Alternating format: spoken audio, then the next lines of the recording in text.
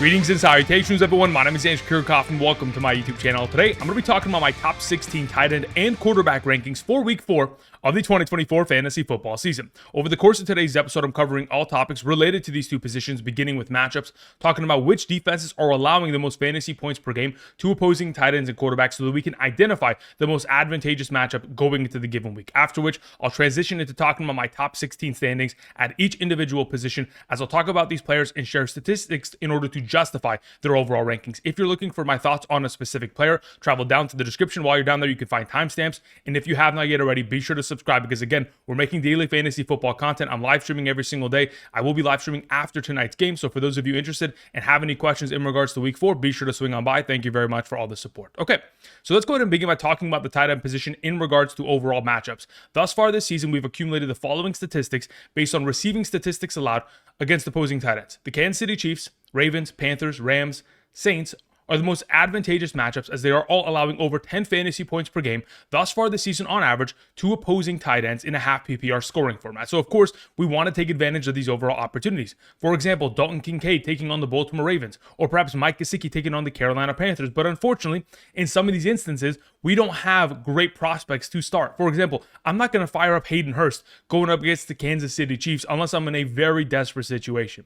Nonetheless, just wanted to go ahead and present some of the more advantageous matchups so that we're all on the same page. I will refer back to these statistics over the course of today's episode. I also wanted to go ahead and present some of the more disadvantageous matchups. For example, the San Francisco 49ers. Besides the fact that they are the best at stopping opposing tight ends thus far this season, they have been great in that category over the course of the last couple seasons. Unless they're taking on a dynamic tight end, for example, a player of the stature of Kelce, McBride, LaPorta, Hawkinson. Oftentimes, you're not going to be able to find success from your tight end. And already with Hunter Henry being questionable with the ankle injury, it's very difficult to trust them within the overall matchup. But either way, let's go ahead and transition into talking about my top 16 tight end rankings, beginning with our number one, the thumbnail of today's episode, Dallas Goedert. Considering Devontae Smith is in the concussion protocol, Britton Covey is going to the injured reserve, and A.J. Brown is most likely going to miss a third consecutive game because of the hamstring injury. There's no one else to throw the ball to. Jalen Hurts will be looking in the direction of Dallas Goedert, who is coming off of a career-high week in terms of total receptions with 10 and receiving yards with 170. An unbelievable performance that hopefully he's going to be able to build upon, and for a second consecutive week, be the number one overall tight end for fantasy purposes. Again, last season in the NFL playoffs against the Tampa Bay Buccaneers, 4 receptions, 21 receiving yards, and a receiving touchdown. He should see far more opportunity within the upcoming game against Tampa Bay. Number 2, we have Dalton Kincaid. I just mentioned it moments ago in regards to Kincaid taking on the second best matchup at the position, taking on the Baltimore Ravens defense, who has not been able to stop opposing tight ends. If you go back to Week 1, Travis Kelce, Noah Gray combined for 6 receptions, 71 receiving yards. The week after, Brock Bowers, 9 receptions, 98 receiving yards. The week after that, most recently, Jake Ferguson, coming off of the injury, 6 receptions for 95. So why not Dalton Kincaid, who is going to be implicated in a potential high-scoring matchup between these two teams? Hopefully, it's going to be, again, an exciting matchup between two of the best within the AFC. Now, speaking of some of the best in the AFC, we have Travis Kelce as our number 3. Now, I can understand your reservation as to the potential of him being an S-tier player, but the fact of the matter is the matchup grants him this opportunity. The first and foremost thing that we have to mention is that Derwin James, the starting safety of the Los Angeles Chargers, is going to be suspended for this game. That's a huge overall detail because, again, over the course of the last couple weeks, Patrick Mahomes and Andy Reid in their press conferences have said on multiple occasions, Travis Kelce's being double, if not triple covered in a lot of these situations. They're trying to force the ball away from him. And that's a reason why, a guy like Rashee Rice has led this team in terms of total receptions as of late. Now, Travis Kelce has himself an incredible track record against the Los Angeles Chargers, and hopefully he'll be able to once again prove that. In 4 of the last 5 games he's taken on the Los Angeles Chargers, he's been able to accumulate and surpass over 100 receiving yards. In those 4 games, a total of 6 receiving touchdowns. Not only that, if you go back to last season, Week 7, against the Chargers, 12 catches, 179 and a touchdown. We're hoping for a big productive week from Travis Kelce to get him back on track. All right, now speaking of Travis Kelce, again, like I mentioned, he hasn't been playing well as of late, but neither has Patrick Mahomes. Now, with this all said, you can head on over to Underdog Fantasy and take advantage of the free pick of Patrick Mahomes' 0.5 total yards, not having to worry about whether or not he's going to go higher or lower on his overall passing yards in the given week, and put together a pick'em slip. Again, travel down to the description, check out Underdog Fantasy, because When you go over today and sign up using code Andrew and make a first-time deposit minimum of $10, you're going to get my rankings sent to you from my email directly to yours every single Sunday morning for the remainder of the season. These rankings are by position: quarterback, running back, wide receiver, tight end, kicker, and defense, and even flex, half PPR, full PPR, all-encompassing rankings in order to help you every single Sunday morning. So for those of you who are trying to take advantage of the opportunity, check out the map to the right side of the screen to determine your eligibility as to where your location is. And of course, if you haven't used a code in the past, you're good to go. If you've used the code in the past, you've signed up in the past, whether it's my code, somebody else's code, you can check out Patreon for up-to-date rankings every single week. And of course, unlimited questions answered from yours truly. Thank you very much. Okay, let's continue on with the overall topic of tight ends. Moving on to Jake Ferguson. In his first week back from injury, immediately finds himself in a game in which he's leading the team in targets with 11 and getting himself 6 receptions for 95 receiving yards. And yes, it was a great matchup against the Baltimore Ravens, but the fact of the matter is, the Dallas Cowboys lack a running game. Rico Dowdle just this last week took over the starting role of the running back position for this Dallas Cowboys offense, yet it didn't make a huge difference because, again, they're in negative game scripts. Going forward, this is going to be a pass-heavy approach from the Dallas Cowboys. And of course, it's a CeeDee Lamb and Jake Ferguson game. Both of them finding themselves a lot of success, hopefully within the upcoming matchup, taking on the New York Giants, who Dak Prescott hasn't lost to since 2016. We're anticipating a lot of success within the overall matchup. Number 5, we have Brock Bowers. Look, here's the thing. Brock Bowers, again, is one of the most consistent tight ends thus far this season. He leads all tight ends thus far this season in terms of total receptions. So you have to start him regardless of the upcoming matchup. Even though taking on the Cleveland Browns typically isn't something that you're excited about for your tight ends, ultimately, what we have seen is that Gardner Minshew, going back to last season, he found himself a lot of success taking on the Baltimore Ravens as a member of the Colts. And then once again this season, beat the Baltimore Ravens. And then last season, found himself a lot of success taking on the Cleveland Browns defense as a member of the Indianapolis Colts. So hopefully that experience that Gardner Minshew had is going to give him a little bit of an advantage based on familiarity with the defense. And he's going to be able to find himself a lot of success and, of course, elevate the level of production out of Brock Bowers, who, again, didn't live up to the expectation from last week's overall performance in a great matchup. Moving on to our number 6, we have Sam LaPorta. Now, this is very much so contingent on whether or not Sam LaPorta plays. As it currently stands, they're going to play on Monday Night Football. There is technically 2 Monday Night Football games coming. There is the Seattle Seahawks taking on the Detroit Lions, and of course, the Miami Dolphins taking on the Tennessee Titans. If we're going to be in a situation in which you are going to wait till Monday night to see whether or not Sam LaPorta is going to be active in play, I would suggest you go and pick up Noah Fant because he's going to play in that same game. And I'm not really too interested in picking up Geno Smith or Josh Wiley in the other game between the Miami Dolphins and Tennessee Titans, considering both quarterbacks are, and potentially can be a disaster within the upcoming matchup. But as of right now, we're going to hope that Sam LaPorta can suit up and, of course, join this potential shootout of a matchup against the Seattle Seahawks. Moving on to our number 7, George Kittle. Again, George Kittle participated in a limited fashion on Wednesday. Now, as of this recording on Thursday, I have no clue whether or not he's going to be limited, full, whatever. As it currently stands, if he is on track to potentially play on Sunday, I'm firing him up. Again, George Kittle is one of the best tight ends in the National Football League, and if he's able to join an offense that, again, is missing Deebo Samuel and Christian McCaffrey, there are so many opportunities for receptions available to him. Again, the last game that he played against the Minnesota Vikings, even though they lost that game, had himself an incredible performance. And most recently, the New York Jets tight ends on Thursday Night Football in Week 3 combined for 7 receptions and 108 receiving yards against the Patriots. We would immediately play George Kittle, assuming, of course, he's healthy. Moving on to our number 8 to close out the beat here, we have Kyle Pitts. Kyle Pitts is the number 3, if not number 4 receiving option of this offense, behind Drake London, Darnell Mooney, and it can be argued potentially even behind Bijan Robinson within the receiving game, which obviously doesn't make us feel great. He could even be argued to be behind Ray McCloud. The volume of overall opportunity he has been given is lackluster, but hopefully this week he can get on the right track, taking on the New Orleans Saints, who most recently just gave up 10 receptions and 170 receiving yards to Dallas Goedert. Hopefully the Atlanta Falcons have watched the tape and are going to utilize Kyle Pitts in the same overall fashion. Number 9 is Cole Kmet, one of the waiver wire pickups that many of us went after in order to pick up and immediately play. Now, again, if you have an opportunity of playing him, it's very much so going to be, dependent, and his ranking can fluctuate based on the availability of Keenan Allen. If Keenan Allen is going to play, I'm going to probably move Cole Kmet down my list just a tad bit, but ultimately, he takes on the 4th best matchup against the Los Angeles Rams. They're allowing over 10 fantasy points per game to opposing tight ends, and quite honestly, as long as Caleb Williams continues to build confidence, it allows for all the weapons within this Bears offense to have themselves upside, especially if they're going to continue to pass the ball, considering their running game is non-existent. Moving on to our number 10, we have Mike Gesicki taking on the 3rd best matchup at the tight end position. The Carolina Panthers allowing 11.37 fantasy points per game to opposing tight ends. And even though this last week, Brock Bowers wasn't able to elevate the overall matchup, Quite frankly, Mike Gesicki is being given enough opportunity for me to trust that he's going to be, a middle of the pack overall tight end. And even though middle of the pack doesn't mean you're going to be a top 10 potential upside player, but based on how he's been targeted as of late, I think he can definitely be in that conversation. He's been able to be targeted on 30% of the routes that he has run thus far this season. That means that anytime he is in the game, there is an intentionality and there is a purpose as to why he's in the game. It's because he is running routes in order to find himself, those targets. So if they're going to continue to scheme him open, of course, Mike Gesicki is going to have himself a lot of value going forward, especially in a great matchup. Number 11, we have Pat Freiermuth. Pat Freiermuth, again, pretty much over the course of the last 3 weeks, consistent in terms of getting 4 receptions per game.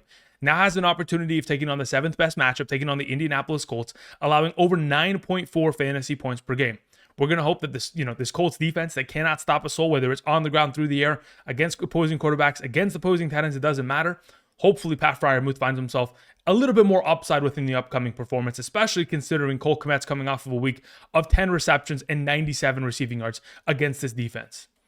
The D tier begins with Mark Andrews. Listen, I love Mark Andrews more than just about anybody, but what we've seen as of late has been tough to watch. Again, coming off of a week in which both Mark Andrews and Isaiah Likely each only had 1 target, and then Zay Flowers only had 4 targets.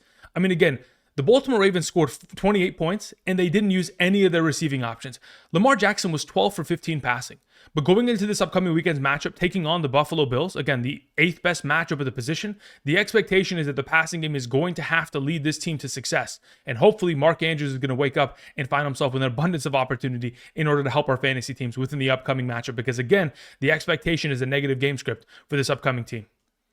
Number 13, we have Tyler Conklin, who's coming off of his best week of the season.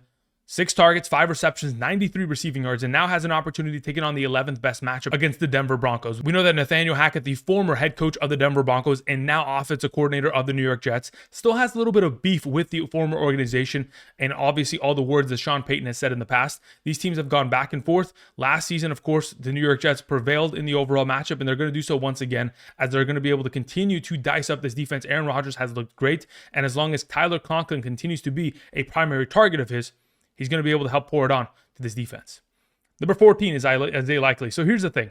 In the same vein in which I trust Mark Andrews, I trust that Isaiah Likely is also going to be given a lot of opportunity within the upcoming matchup. Again, even though Mark Andrews and Isaiah Likely each only got 1 target in this most recent game against the Dallas Cowboys, this is going to be a game script in which they're going to have to throw the ball far more. I'll talk about it in just a moment when we get to Lamar Jackson in the quarterback conversation in terms of overall passing versus rushing attempts in negative game scripts that we have seen from the Baltimore Ravens over the course of the 2023 and thus far 2024 season.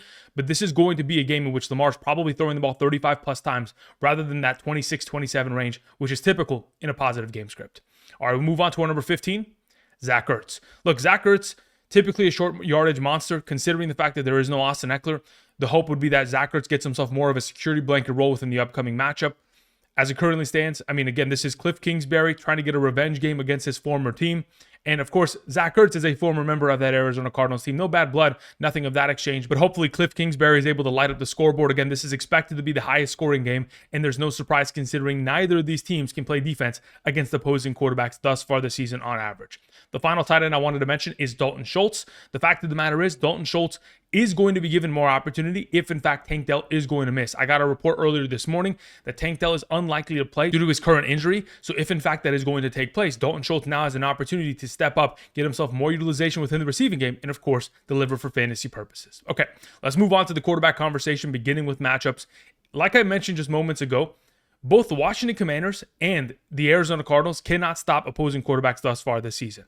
And we'll go ahead and go into more detail as we progress, but both these teams allowing over 75% passing completion percentages to opposing quarterbacks. So there's a reason why I go ahead and present these statistics.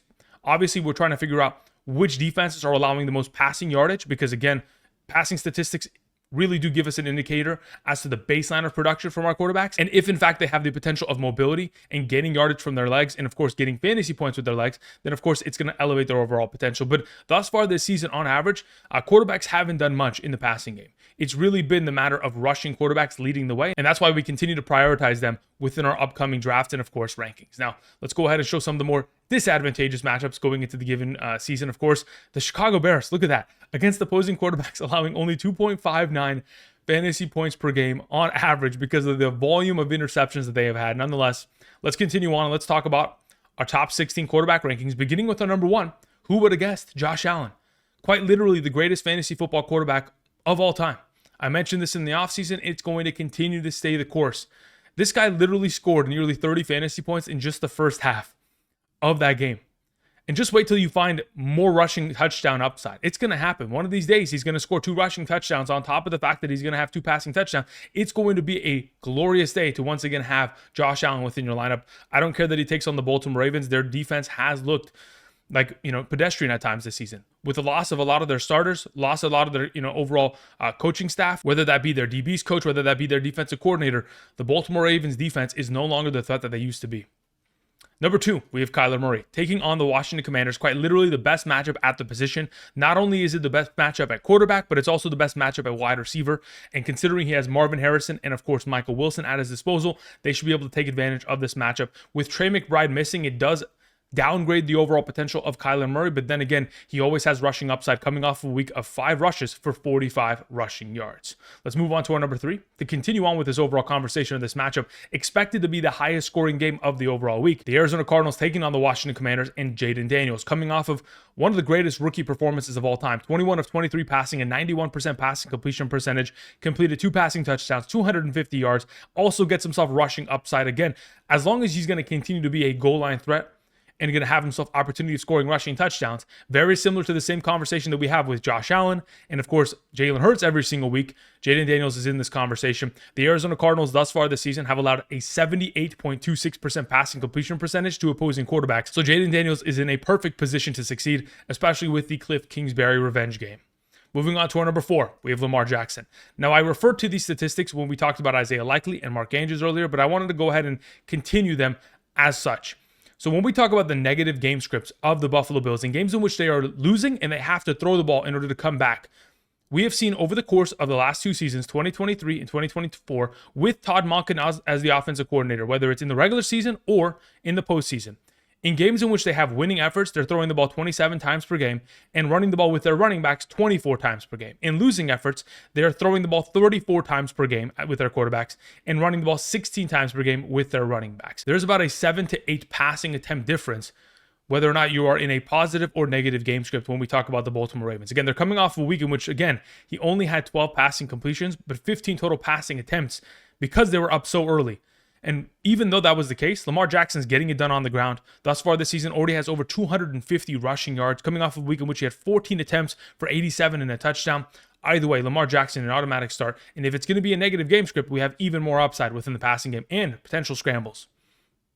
Number 5, we have Joe Burrow. Last week, prior to Joe Burrow going for 324 passing yards, 3 passing touchdowns against the Washington Commanders, in which they played a game in which they didn't even punt the ball once and still lost. Pretty ridiculous. Prior to that, Andy Dalton was the first quarterback of the season to have over 300 passing yards and 3 passing touchdowns, but soon after, Joe Burrow. Funny thing is, they'll be taking each other on. Andy Dalton in a revenge game taking on Joe Burrow and the Cincinnati Bengals. The Panthers are the 3rd best matchup at the position. We're anticipating a hopeful high-scoring format between both these teams in which Joe Burrow is obviously able to find himself a lot of fantasy success. Number 6, we have CJ Stroud. Now, we did hear earlier today that there is a potential in which Tank Dell does not play. Regardless of whether that ends up being the case, CJ Stroud found himself a lot of success last season against the Jacksonville Jaguars. A minimum of 280 passing yards and 2 passing touchdowns in each of those games. Now he's going against the Jacksonville Jaguars, who most recently on Monday Night Football allowed 5 touchdowns in the first half, 4 of which were through the air on very short drives. 3 or 4 plays, touchdown. 3 or 4 plays, touchdown. Taking on the Jacksonville Jaguars defense, who played cover 1 like 50+% of the time in week 3. If you're going to man up against Nico Collins, Stephon Diggs, expect to get complete air raid on you and expect CJ Stroud to have himself a bounce back performance after the lackluster week against the Minnesota Vikings. Number 7 is Dak Prescott. I mentioned it earlier. In regards to the potential of Jake Ferguson, Dak Prescott hasn't lost to the New York Giants in a regular season game since 2016. The fact of the matter is he's not going to start tonight. They're going to air it out, and that's the only way this offense is going to function. We know that Rico Dowdle is probably going to continue to be the starting running back, but they do not want to run the ball unless they're in a huge positive game script. I don't expect that to be the case, considering how poorly their defense has played. That only helps continue to elevate the potential of fantasy upside for Dak Prescott on a weekly basis.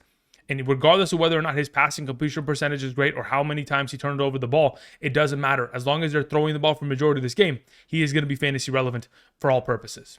Number 8 is Patrick Mahomes to close out the B tier. Patrick Mahomes has himself a great legacy of taking on the Los Angeles Chargers. Over the course of the last 5 matchups against this defense, has accumulated 4, 3, 2, 3, and 3 passing touchdowns in those given games. Now has an opportunity with a Derwin James-less Los Angeles Chargers secondary to go ahead and tear this defense up. A defense that is already allowing opposing quarterbacks a 76.92% passing completion percentage. And they've only taken on Gardner Minshew, Bryce Young, and Justin Fields. The expectation is that Patrick Mahomes should have himself a great performance here, hopefully not turn over the ball, and hopefully get all of his receiving weapons integrated within the overall matchup in order to find himself as much upside as possible. Moving on to our number 9. We have Geno Smith taking on the Detroit Lions. Again, one of the better matchups, but here's the fact of the matter. The Detroit Lions cannot stop opposing wide receivers. And where the Seattle Seahawks are going to find their most overall success over the course of the season is with their wide receivers. DK Metcalf, Jackson Smith-Njigba, and Tyler Lockett. And considering how incredible the Detroit Lions have been since 2022 in terms of stopping the run, the fact of the matter is Geno Smith is going to have to air it out. In the last 2 games in which these 2 teams have taken each other on, 2022 and 2023, it has been shootouts. In both of those games, Geno Smith has surpassed over 300 total passing yards minimum and 2 passing touchdowns minimum. In some of those games, he even scored 3 touchdowns. So if we're going to be in a situation in which we're going to have a shootout on Monday Night Football, the expectation would be that Geno Smith and his wide receivers will take advantage of the lack of a overall secondary from the Detroit Lions. Number 10, we have Brock Purdy. With George Kittle potentially returning, it only helps him in terms of his overall potential. Coming off a week in which he already had 292 passing yards, 3 passing touchdowns with just Juwan Johnson as his primary threat. Everybody else lacking in terms of their overall contributions. If you were to implement George Kittle within the upcoming matchup, again, it's only going to elevate the potential of Brock Purdy. Coming off of a week in which he had 10 rushing attempts for 41 rushing yards. That's correct. Brock Purdy scooting around with his legs. If he continues to utilize his legs, again, his upside's only going to continue to grow going forward. Number 11 is Justin Fields, taking on the Indianapolis Colts, a defense that cannot stop a soul, whether it's on the ground or through the air. And through the air, Justin Fields has been incredible. Thus far this season, a 73% passing completion percentage, coming off of a week in which he had 32 passing attempts and 25 completions, a 78.1% passing completion percentage. Again, Justin Fields is playing some of the best football he ever has. Mike Tomlin is confident in him, and he's continuing to grow. And Arthur Smith is continuing to kind of open up this offense for Justin Fields in order to make him comfortable. They're taking on the Colts. It's the 6th best matchup at the position. We're expecting immediate success within the overall week. Number 12, to close out the QB1 conversation, is Baker Mayfield, taking on the Philadelphia Eagles. The fact of the matter is, Baker Mayfield should be able to dice up this defense because they're going to be on the field for a majority of this game. Without A.J. Brown, Devontae Smith, and Covey, really, there aren't very many weapons for Jalen Hurts. And if we're going to be in a situation in which, of course, they're able to stop the opposing running attack of Saquon Barkley, it's going to allow for Baker Mayfield to get the ball back on multiple occasions. The last time he took on the Philadelphia Eagles in the NFL playoffs, in which they beat the Eagles, 337 passing yards, 3 passing touchdowns from Baker Mayfield. We're hoping for similar production within the overall week. Now, speaking of Jalen Hurts, even though I just completely rinsed him in terms of his overall upside of potential, understand that he is still going to have a fighter's chance. There's a reason why we still play the game. There is an opportunity that even with Dallas Goedert and Jahan Dotson as his primary receiving options, that is a thin group. There is still potential for overall rushing upside that could end up balancing his week in a top 16 format. So as of right now, number 13, I think, is safe. The rest of these options, far better going into the given week. Number 14 is Caleb Williams. If Caleb Williams, again, continues to grow as a passer, continues to build confidence, coming off of a week in which he threw the ball 52 total times, if he gets Keenan Allen back into this lineup, and they're taking on the Los Angeles Rams that cannot stop opposing wide receivers, and just got torched by Juwan Johnson for 175 receiving yards, I can only imagine with the overall opportunities of giving the ball to DJ Moore, Keenan Allen, Rome Odunze, and Cole Kmet could potentially accumulate over the course of this game, especially considering the Chicago Bears cannot run the ball thus far this season. Number 15 is Jordan Love. This is a speculation. I am hoping that he is going to play. He may not play, and if he doesn't, again, Sunday morning we'll have updated rankings as I'll be live streaming from 7 to 10 a.m. Again, if you guys are interested, be sure to swing on by every single Sunday morning. I live stream here on the channel. Thank you very much. But as of right now, if he is active and ready to go, he's in my starting lineup, regardless of the fact that he takes on the Minnesota Vikings defense. Again, he took on this defense with Brian Flores last season. Again, they have played incredibly well. But I think Jordan Love, in the way that this offense has been constructed, the fact that LaFleur has been able to do what he has done in the last 2 weeks with Malik Willis only gives me more confidence that once Jordan Love is back in this lineup, they're going to be lighting it up. Moving on to the other side of this overall matchup, we have Sam Darnold. Sam Darnold in the top 16 conversation is crazy.